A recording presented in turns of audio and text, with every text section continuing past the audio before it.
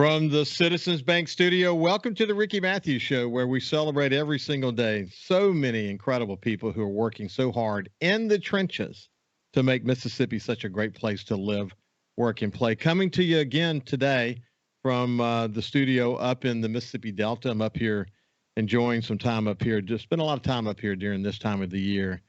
Actually spent some time at our farm this morning up in Minner City, and it was just a beautiful morning.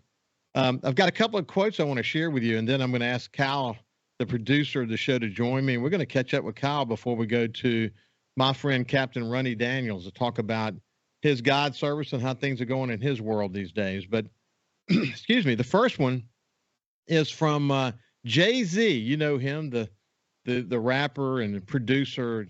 This guy's been extraordinarily successful. In my history book this morning, it showed that he was born back in December 1969. But he said this along the way. He says, "We change people through conversation, not through censorship. We change people through conversation, not through censorship."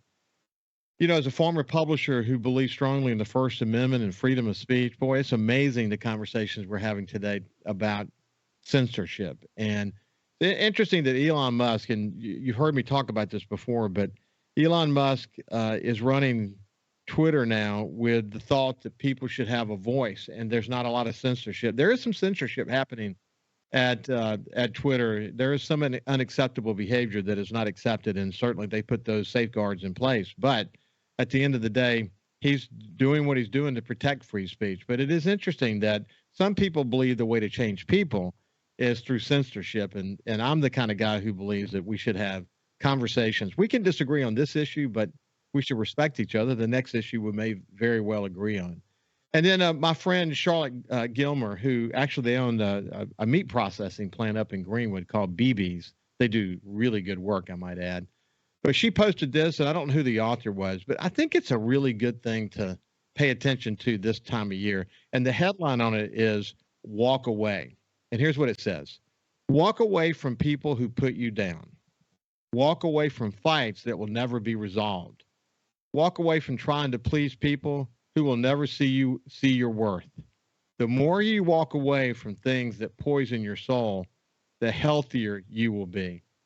I think that's a good one. Maybe a lot of people have New Year's resolutions that involve paying more attention to the people who you surround yourself with. And listen, as a publisher, I learned early on, I know who my core group's going to be. And it took a lot of work for people to get into that core group. And I just hate negativity. I hate people who are not positive, and I don't like drama. I definitely don't like drama. And, you know, a lot of people could pay attention to that. The more you walk away from things that poison your soul, the healthier you will be. Man, I totally agree with that.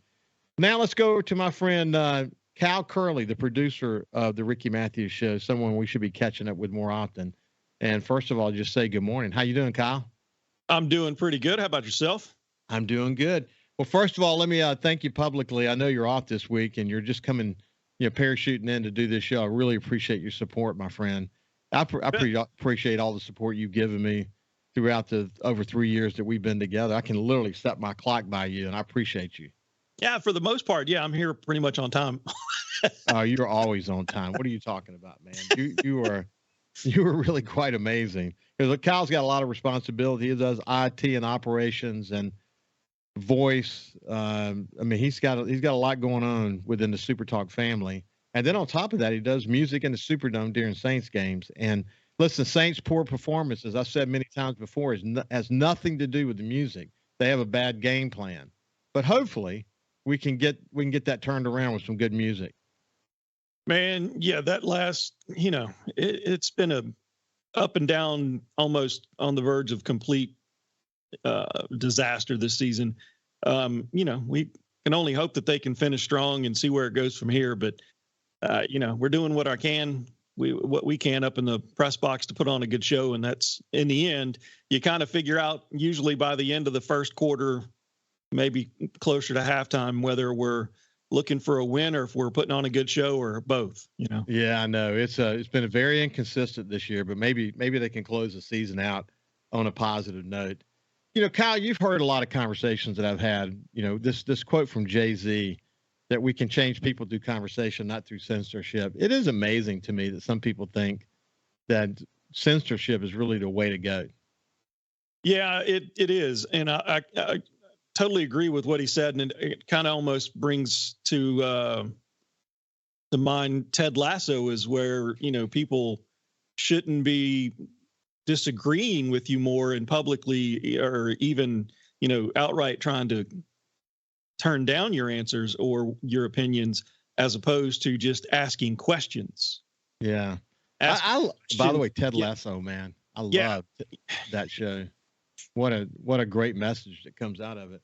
But I think that's the route forward. You have to be able to ask questions, and you have to accept other people's answers. But at the same time, we should not have to tippy-toe around anyone's thoughts, beliefs. You have your thought and belief. We have ours. I have mine. And it is what it is. And, you just got to find a way to, sit peacefully coexist with other people, really. What's interesting is the world that I came from. I was used to, being in newspapers for most of my career, and then in digital media around in the news business.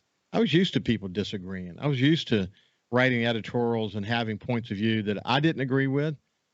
And I think that's what makes a great democracy, having wonderful debates and discussions. But what's happened now is that we live in such a society where everyone has such thin skin. And, again, this show's not political, but I think a great example of this is recently Illinois State University had a cyclocross championship, and two transgender, essentially biological men, won the gold medal and the silver medal, and a woman won the bronze medal in the women's category. And so, again, this is not a political show, but it's amazing to me that we have gotten to a place where we can set biology aside and what the majority of people believe. I mean, for thousands of years, men and women were men and women, and suddenly we're in a situation where there's thin skin in society such that we're enabling men to go compete with women. I don't understand how we got there, but I'm hoping eventually we can have the kind of public discussion and debates that we need to have to turn this around and get us in a position where we're not so thin-skinned anymore. So taking that very same thought, taking the same perspective of the men identifying as women, can we just bring along, say, a dog and say, no, that's a woman, that's a girl, and put the dog in the race as a female? No, I mean, but that, of course, that's taking it too far. But here's the thing, I believe that the line. I thought the line was male, female. I believe that gender dysphoria is real, and so if we as a society are going to recognize trans athletes, then we should form a third division of athletic endeavor that involves trans athletes, and let women compete with women and men compete with men, and we should recognize that some people identify as, some men identify as women and some women identify as men, and that's just reality. But if they want to compete in sports, they should compete in with other people who think the same way and feel the same way. It's not fair to women. You don't see many women crossing over to men's sports. No. So, but the point is, how did we get here? I don't know how we got in this place. I did a post on my personal page early this morning, and man, it just stoked up a firestorm. It's amazing to me that so many people believe it's okay. It's okay for men to compete against women. It's amazing to me. It all started with participation trophies. It might have. I mean, hey, Kyle, I mean, there's a lot of people who believe that is actually true. Yeah. That is definitely true. So even in having this conversation, I'm sure people who don't agree with us think we should do a nod to biological men who want to compete with women because they identify as a woman, and that's okay. And that's not okay. Eventually we're going to have to resolve that. My post was not a political post, but one that simply said, who's going to lead us out of this mess for our children's sake? I mean, that's where I am. Right. And we've got to find our place. But anyway, Kyle, thank you so much for what you do to support me, my friend. You bet. Not a problem. My pleasure. So now we're going to move over to my friend Ronnie Daniels. And Ronnie and I, we love visiting with each other because we both share a love for the outdoors. But he's with Fisherman Guide Service.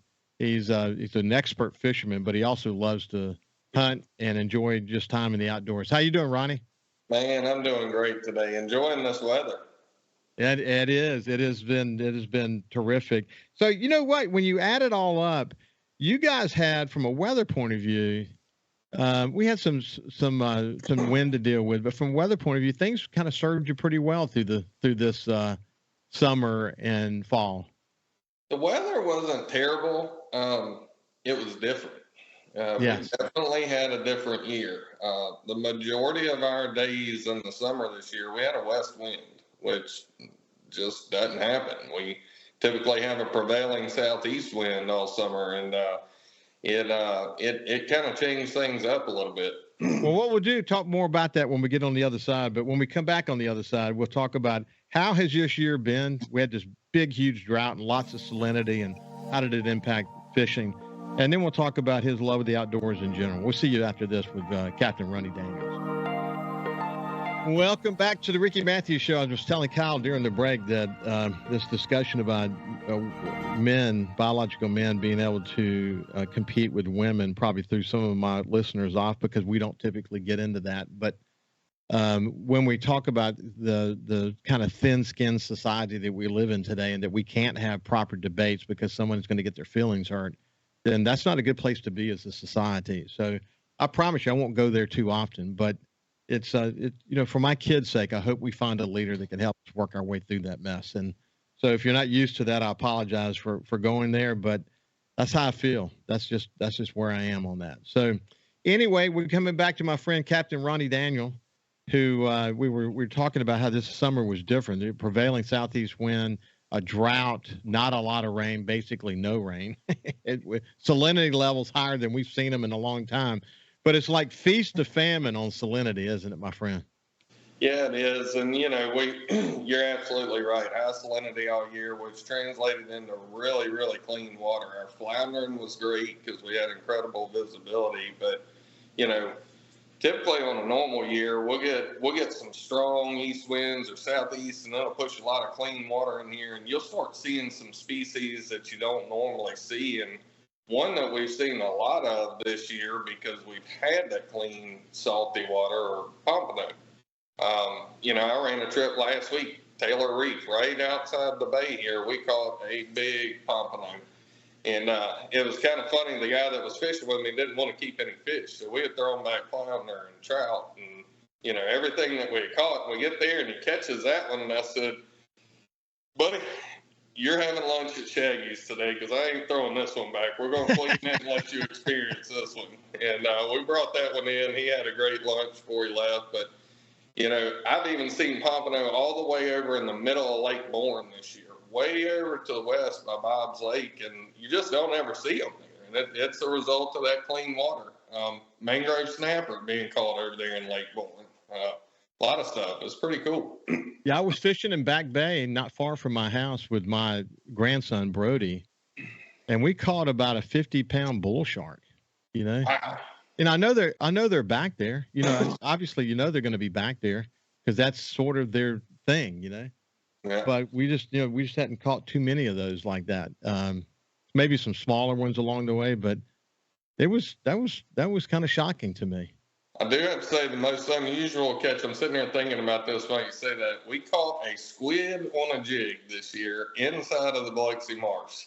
Really? we were all scratching our heads whenever he lifted that hook up out of the water. Wow, that is so interesting. That is really interesting. Of course, we just had a big rain, so it'll be interesting to see how that impacts, the salinity, especially in the backwaters, because most of the backwaters are very significantly impacted by the watershed. What's your read? Did we get enough to really mess things up completely? I think it'll clean up pretty quick. Especially over here on our side. Like I said, we were already at such a clean level, and the rivers are so low. I don't think really that we got enough to raise it up enough for any kind of long-term effect. I think it's going to be right back if it hadn't already gotten back there, it's going to be right back to where it should be shortly. Yeah, Jordan, my son Jordan, who fishes a lot, he went out to and not far from the house after the rain because he was curious about, you could really see the brown and water. Of course, when the fresh water gets into the salt water tends to be down and fresh water stays above. So it's not like there's a complete mix that happens, and that's actually the good news. The tide changes, I think, help us a lot. But he went out and, this is the day after the rain.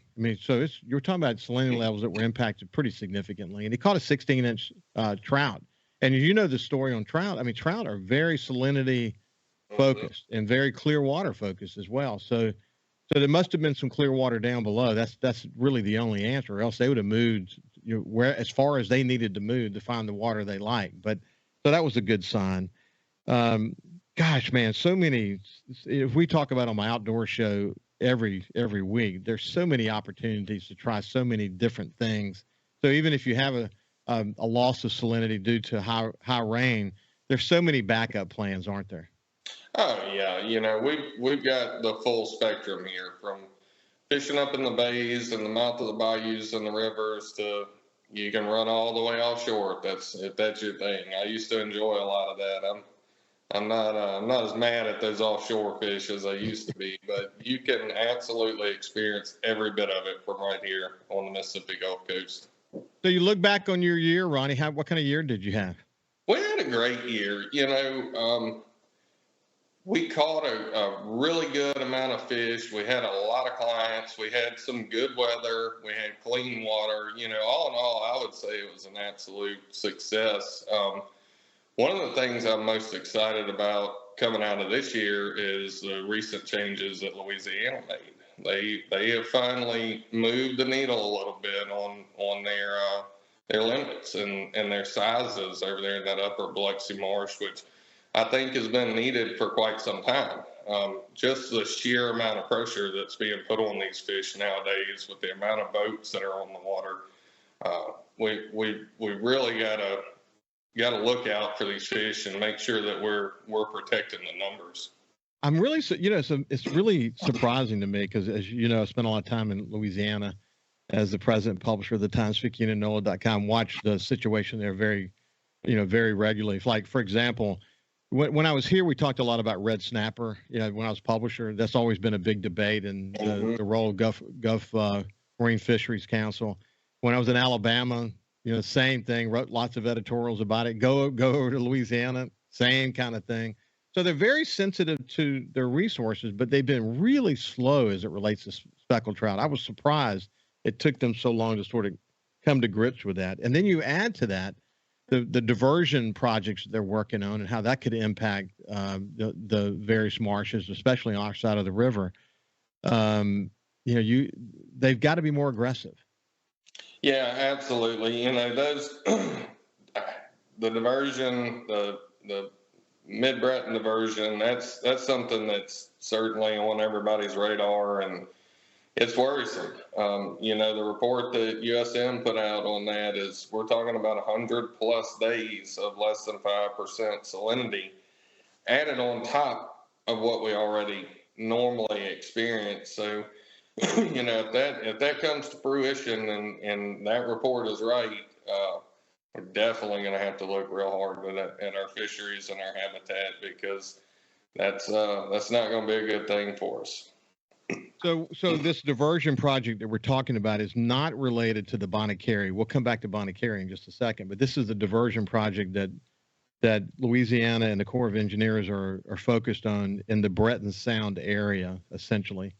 And so what it would do is it would help them rebuild some loss. They're obviously very concerned about the loss of land, and the degradation has been incredible, and there's no good answers. It all goes back to once they started controlling the flow of the Mississippi River, it really began to have impact on the ability for sediment to come back in and keep the land healthy. So that's what they're going to be doing.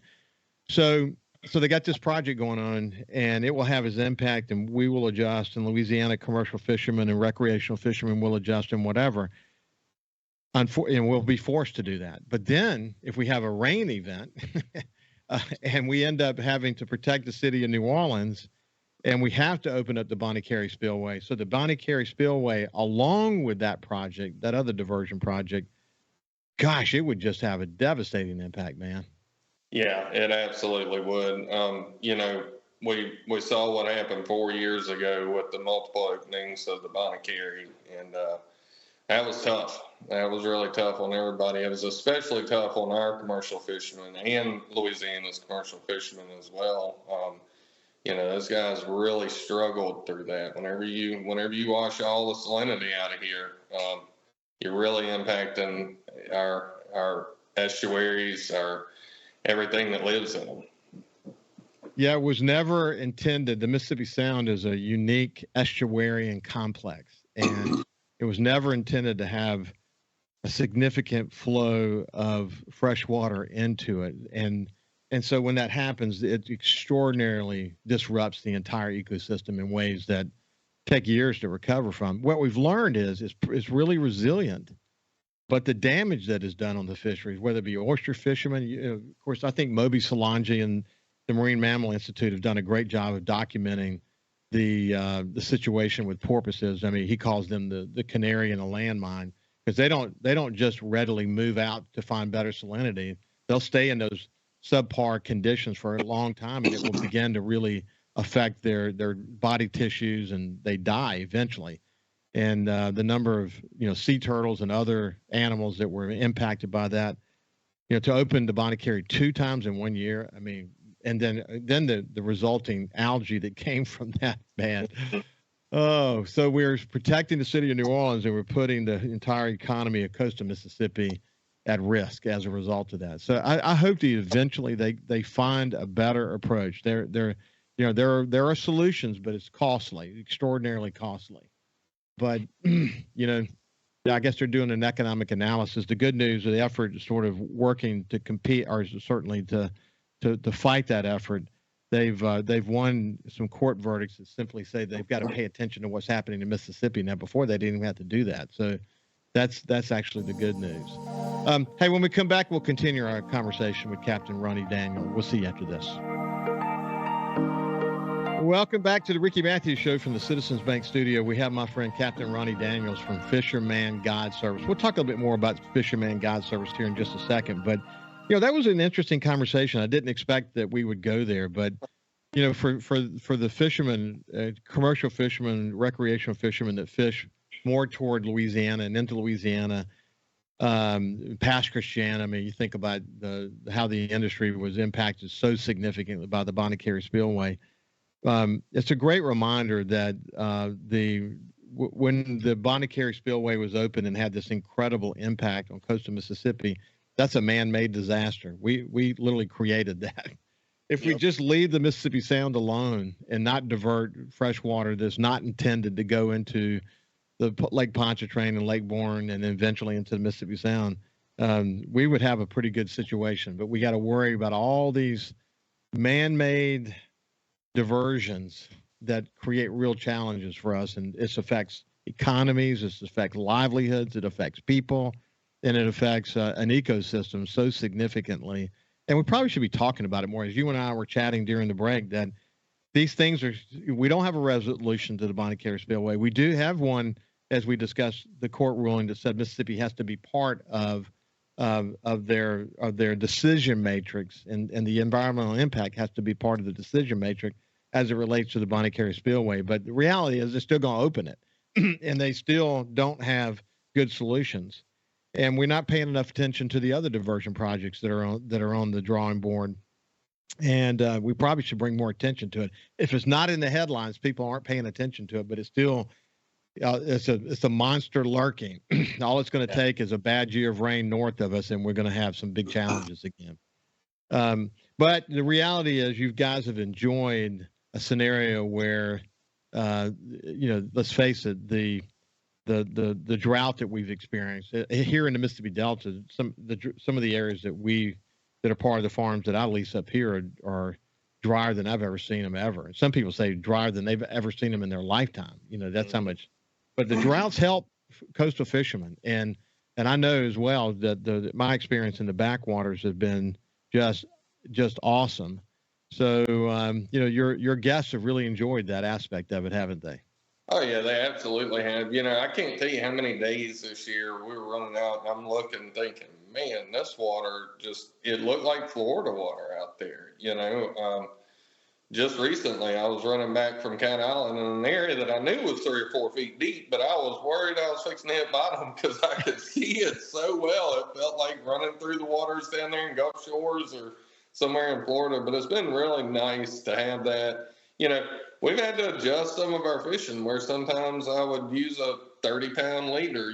We're going down to 15 or even 20. A lot of people ask me about fluorocarbon over the years, and 90% of the time, I don't feel like our waters dictate fluorocarbon because it's just not that clean. This year was absolutely the year for fluorocarbon if you wanted to use it. Yeah, Sonny told me that at Cat Island, Sonny Schindler told me that at Cat Island, over the grass beds, it was as clear as he's ever seen it, and you could sight cast for fish. Yeah, absolutely. I've seen bottom this year in places that I've never seen it before, and not because of low water, just because of the visibility. And that's what I was talking about with the floundering. Even on a windy night, we were getting a good 10, 15 feet of visibility on a bad night, and 30 to 40 on a really good night with the underwater lights. That's what it feels like to be in Key West. So wouldn't it be great if we could experience that? But the fact that we don't experience it, the fact that there could be brown water from time to time, a lot of that has to do with nutrients. A lot of that has to do with the mix of rainwater and runoff and all the other aspects of it. And then at the end of the day, it sort of contributes to a very diverse fishery. At the end of the day, that's part of what makes this a great fishery. Well, one of the good things that we get to do as charter boat captains is we get to educate people on our waters. And, that's one of the questions that comes up all the time. I cringe whenever I see people on Facebook, don't get in that water. It's terrible. It's dirty. It's not dirty.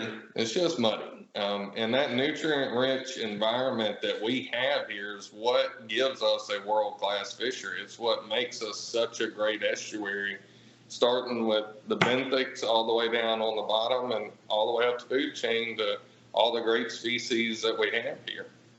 Hey, so Ronnie, for people who have not heard our conversation before about this incredible partnership with Rimmer Covington and what you're doing in Pascagoula Harbor at the charter docks, I had the opportunity to go down there and look not long ago, and man, it's special. It really is special.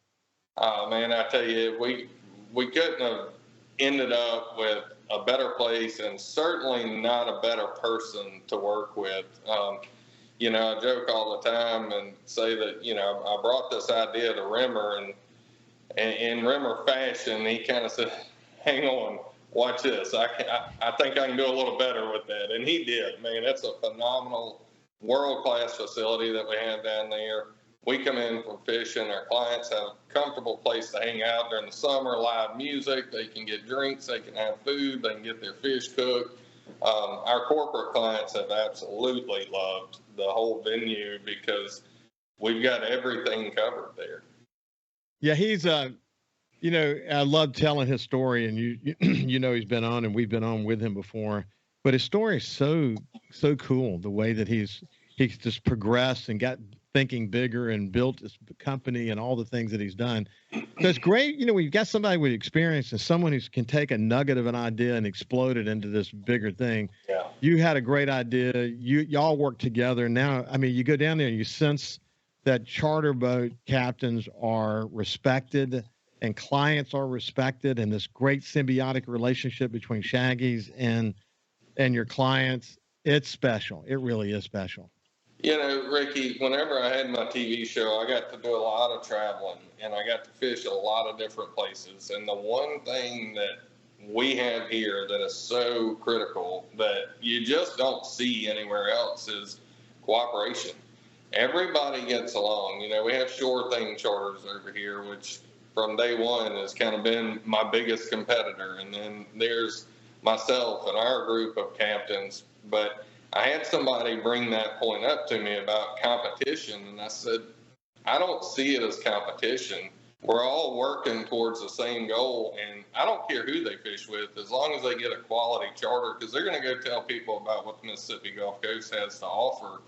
And we've got all these different captains and these different groups of captains that all work together right there in Pass Christian. I mean, we're talking on the radio, we're talking whenever we're in, and I can tell you, any one of the other guys down there, if I need something, I'm in trouble, they're coming to get me. And it works both ways, and it's all come together, and it's just working flawlessly.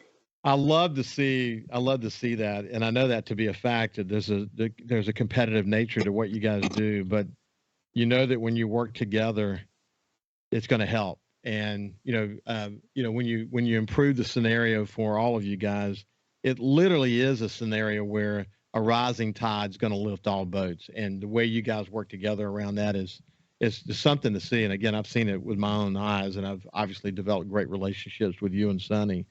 And that's really awesome to see. Did you have a trip this year that really stands out to you as being one that you may never be able to replicate?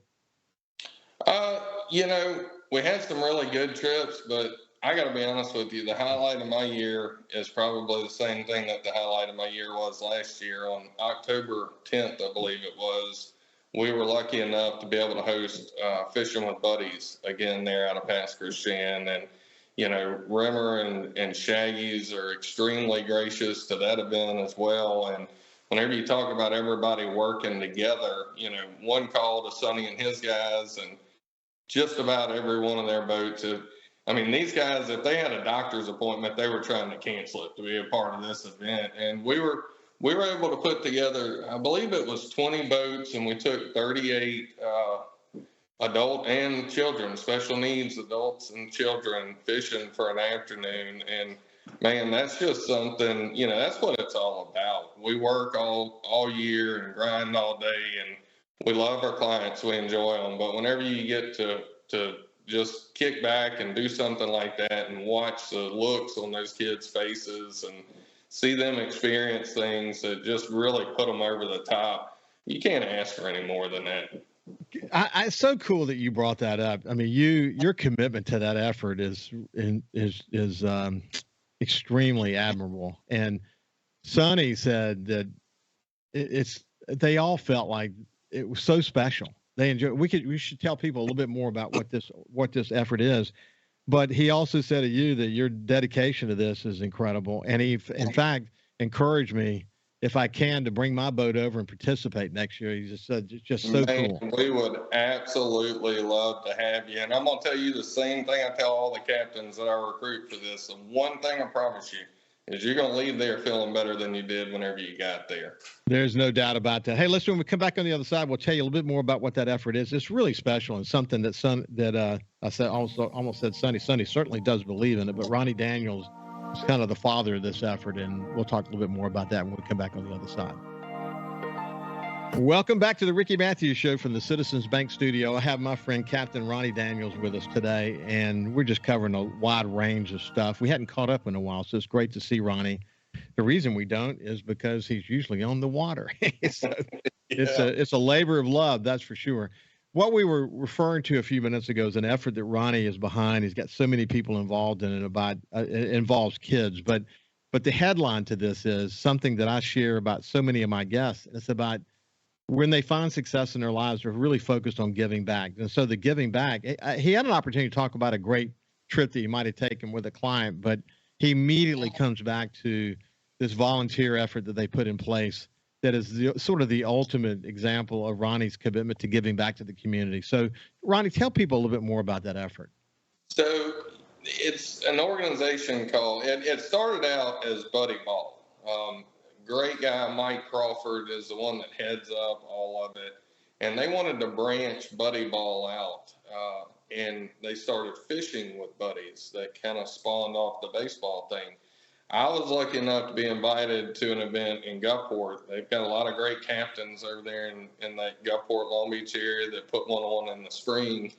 And man, as soon as I got done with that, I thought we've got to do one of these in Pass Christian, and made a few phone calls, and of course Shaggy's was all in, and all of our captains were all in. Couldn't wait to do it. So each year in October, we line up as many boats as we can, and then we ask Mike to bring enough kids, wrangle up enough participants. I shouldn't say kids because they're not all kids, but participants to fill those boats up. And it's not just charter boat captains. If a recreational guy like yourself wants to get involved and be a part of it and come help out, we absolutely welcome them. It's a couple of hours out of your day that really makes the whole week for these participants and their families, and just them getting to experience time on the water. It's not even all about catching fish. Mike's daughter, Emily, has just absolutely become best friends with my daughter and my wife, and she rides on my boat every time, and she will catch a fish, but she loves just riding around, waving at the other boats and playing music. And that's what we're there for, is to do whatever they want to do. Well, I congratulate you on keeping that focus. So if you look at your business overall, tell people about your business specifically and what you're capable of doing. So we do a lot of different things, especially now that we've integrated everybody else at the Shaggy's Charter Dock down there. We have opportunities from snapper fishing to just island tours to what I do traditionally pretty much every day is inshore fishing, speckled trout, redfish. We also do nighttime floundering trips. We offer lodging over here. I've got some vacation rentals that we put people up in. We have a cook your catch program there at Shaggy's. We come in, clean the fish. If you want to go up and have lunch and eat some of your fish, or come back that night and have them cooked, they'll do that there as well. The new facility has really expanded our options for our larger corporate groups. Our best day to date, I think it was 62 or 68 people we fished in one day. A lot of boats, a lot of moving parts. And we've got several groups like that bring anywhere from 20 to 50 people in one day. And we've got plenty of room to host them, and plenty of amenities for them to enjoy while they're here. So during this time of year, as you know, I spend a lot of time up in the Mississippi Delta. I love it up here. You love it up here too. You're going to be able to get up and go do some hunting? My wife and I were talking last night. I said, I wanted to go this week. I did, and I stayed home. We had some stuff to take care of, but I told her, as soon as I start seeing those deer running across those cameras, I'm going to be gone for a few days. Well, some are running. I think y'all get a little bit earlier start. This year we're hunting in Louisville, Mississippi, which is just outside of Starkville there, and I think y'all probably started a little earlier than us. Yeah. We got our place down on the river south of Natchez. We're a county that a really big buck just came out of this year, and we're usually around New Year's there. Yeah, it's special. For me, it's certainly about the hunting. But I could care less whether I shoot a deer or not. I just love being there. I love watching my friends and family enjoy being here. I love watching my grandson soak it up. I love when my granddaughter's able to come, and can't wait for my son Jordan's kids to get old enough to be able to be up here. But just letting them get to know the Delta. It's when you come to the Delta, for people who have not been here, it's like going to another country. It's so different than coastal Mississippi. The people here are so good, and they're kind, and the farmers are so committed. And I've used the opportunity to really learn about the farming culture and what that's all about, and how hard they have to work, and how resilient they have to be, because they'll have a good year, but then they'll have a bad year and another bad year, and then they'll have a good year. It's tough, man. This is sort of it's the art of the long view, that is for sure. But hope you get to come up here. We're out of time for the day, but it's been a pleasure, my friend, to catch up with you. Always great to talk with you, Ricky. Thank you for having me on. You bet. This has been Captain Ronnie Daniels from Fisher Guide Service, and he's a good dude. He represents us well, as you can see. So all of the charter boat captains of coastal Mississippi are literally ambassadors to the rest of the world for coastal Mississippi, and we appreciate all of them. God bless you, and have a great day, and we'll see you tomorrow.